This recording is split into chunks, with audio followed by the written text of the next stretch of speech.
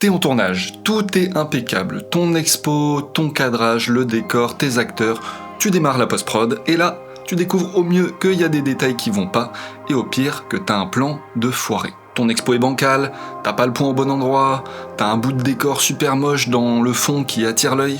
Ça t'est forcément déjà arrivé, ça m'est déjà arrivé aussi, je vais pas faire genre, et c'est ultra rageant, on est bien d'accord. Donc aujourd'hui, on va parler du matos qui va absolument tout changer sur tes prods, les moniteurs. Et plus précisément, je vais te montrer comment nous on utilise le Sweet K21 et les Holyland Pyro 7 et Pyro S pour garder un contrôle sur l'image lors de nos tournages.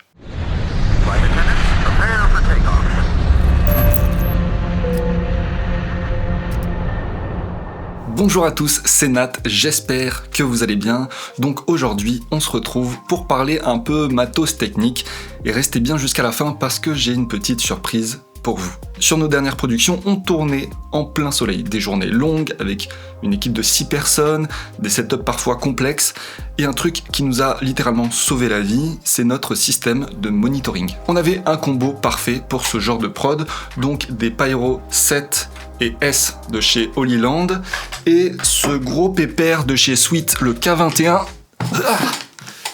qu'on verra juste après. Je vais t'expliquer pourquoi ce setup change tout et comment toi tu peux t'en inspirer pour sécuriser tes tournages, gagner du temps et éviter les mauvaises surprises. Donc tout d'abord, pourquoi c'est indispensable aujourd'hui pour toi d'avoir un bon système de monitoring sur tes tournages. Tu peux avoir la meilleure caméra du monde. Si tu n'as aucun contrôle sur ce que tu filmes en temps réel, tu prends tout simplement des risques énormes. Donc l'idée, ça va être d'avoir un système qui va te permettre de vérifier ton exposition correctement, de contrôler ta mise au point, surtout en plein soleil, c'est pas forcément facile, de pouvoir charger LUT pour prévisualiser un rendu final et analyser ton cadre et ta composition et repérer immédiatement les problèmes de reflets, les ombres, les flares dégueulasses, etc. Et surtout, c'est ce qui va te permettre de valider chaque plan avec ton équipe et ton client. Et rien qu'avec ça, tu vas éviter 80-90% des erreurs que tu découvrirais trop tard en post-prod. On va commencer par parler du système Pyro de chez Holyland, qui est pour moi à l'heure actuelle une des meilleures solutions abordables et qualitatives du marché. Bien sûr, il y a Small HD, qui est la référence haut de gamme dans le domaine du monitoring couplé au système de chez Teradek pour la transmission HF, mais c'est clairement pas le même prix et pas forcément abordable pour tout le monde. Donc je vais te parler de ce que Holyland propose comme alternative. Donc dans la gamme Pyro, on a les Pyro 7 comme je t'ai montré, il y a les Pyro 5 qui sont sortis également, donc Pyro 7 pour 7 pouces et 5 pour 5 pouces, jusque là vous me suivez, et les Pyro S, donc RX et TX, récepteur et émetteur.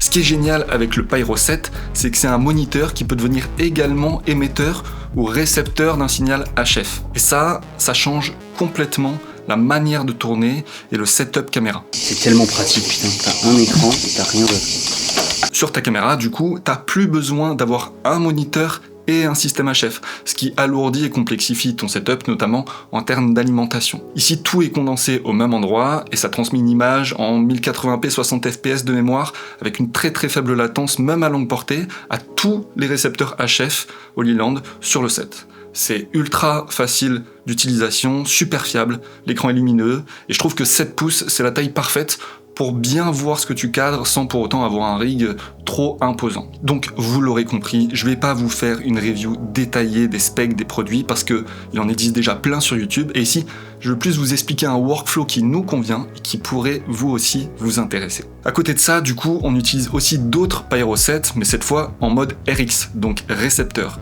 ce qui va nous permettre par exemple d'en donner à Estelle, la chef déco, ça lui permet de gagner du temps pour positionner des éléments de décor sans faire des allers-retours à la cam pour vérifier le cadrage et le positionnement des objets qu'elle met dans le cadre. On en met aussi à dispo de la make-up artiste, de la styliste, de la coiffeuse. Ça permet par exemple à Marilou d'être hyper réactive entre les prises si jamais elle voit une retouche maquillage à faire. Quand on fait notre cadre aussi perso, j'aime beaucoup en prendre un avec moi et mimer la scène pour voir ce qu'on va filmer et vraiment me rendre compte en direct si mon cadre est bon et comme ça je peux donner les infos rapidement au cadreur pour qu'il puisse ajuster. Sur les Pyro 7 qu'on prend avec nous et qu'on balade un peu partout, on vous conseille de faire pareil que nous et de les remplacer la plaque arrière qui de base permet d'alimenter les moniteurs avec des batteries NPF. Vous savez, les batteries Sony comme ça, hop, enfin il y en a deux, par une plaque qui permet de pouvoir alimenter ces écrans-là avec des batteries Veloc. Donc nous on utilise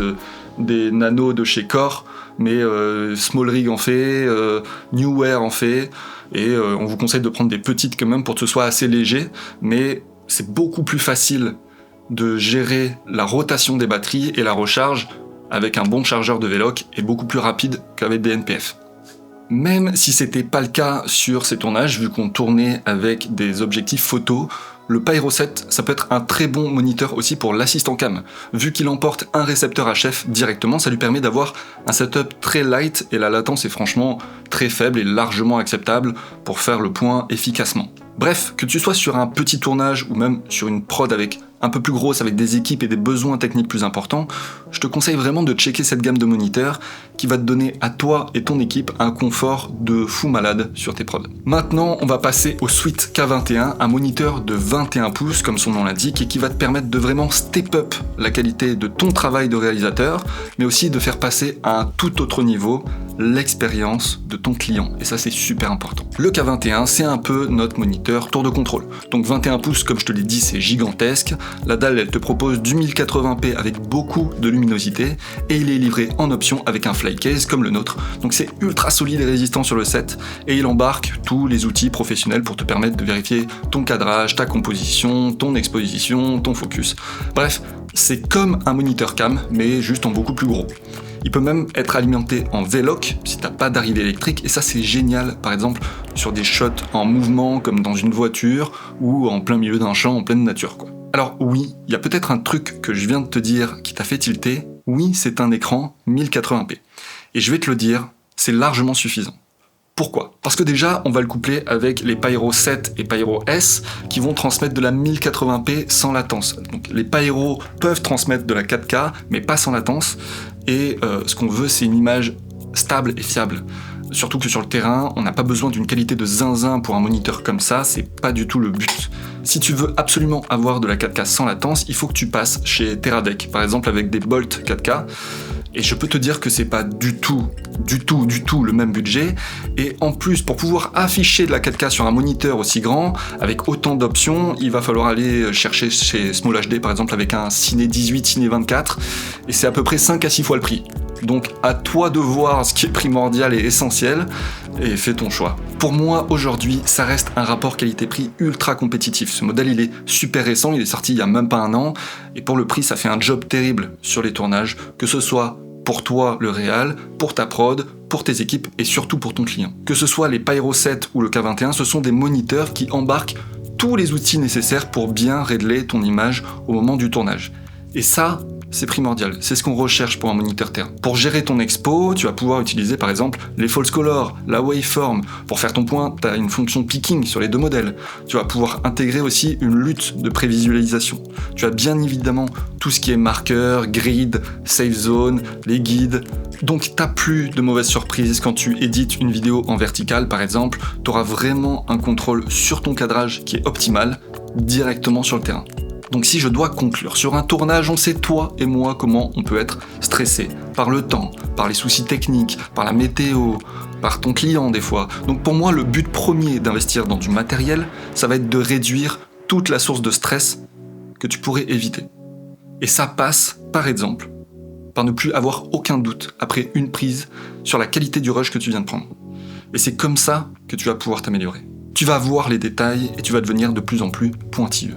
Et tu vas gagner un temps de malade sur toutes tes prods. Le client comprend ce qu'il voit. Ton cadreur a un super retour pour comprendre tes indications. Le chef-op a des outils précis pour régler la lumière. La déco prend 2 fois moins de temps pour préparer le set. Tu n'auras plus de problème de raccord, coiffure ou maquillage parce que toute l'équipe HMC peut garder un œil sur tes comédiens en permanence. Tout ça, ça va vraiment réduire de 80-90% les erreurs bêtes que tu vas pouvoir découvrir en post-prod et qui vont te faire lâcher la petite larme qu'on connaît bien et qui fait mal. Si ça vous intéresse, vous avez les liens vers tout le matos qu'on utilise dans la description. Ce sont des liens affiliés, donc si vous passez par eux, ça vous coûte rien de plus et ça soutient la chaîne, donc merci d'avance pour ceux qui passeraient par ces liens. Pour ceux qui sont encore là, comme j'ai dit au début de la vidéo, j'ai une surprise pour vous qui peut sûrement vous intéresser.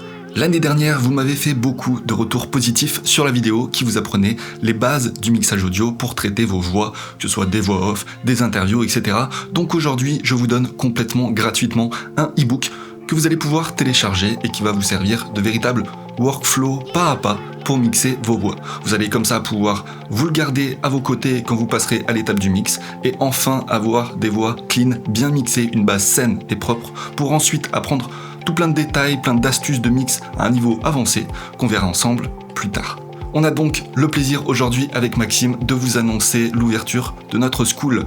C'est une plateforme où on va vous donner un maximum de contenu de valeur, échanger plus en détail avec vous sur vos réalisations, vous donner des conseils, des feedbacks. On a plein de ressources à vous partager, que ce soit des prompts GPT, des automatisations, des templates qu'on utilise au quotidien dans notre agence et on va pouvoir vraiment se rassembler et créer une vraie communauté avec laquelle partager, échanger vraiment plus en profondeur et pouvoir vous accompagner et vous apporter encore plus de valeur et vous donner plein de conseils.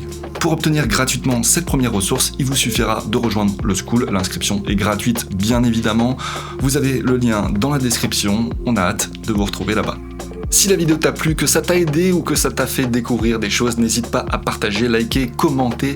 Je réponds à tous les commentaires avec grand plaisir. Sur ce, je vous donne rendez-vous pour la prochaine vidéo. C'était Nat. Ciao.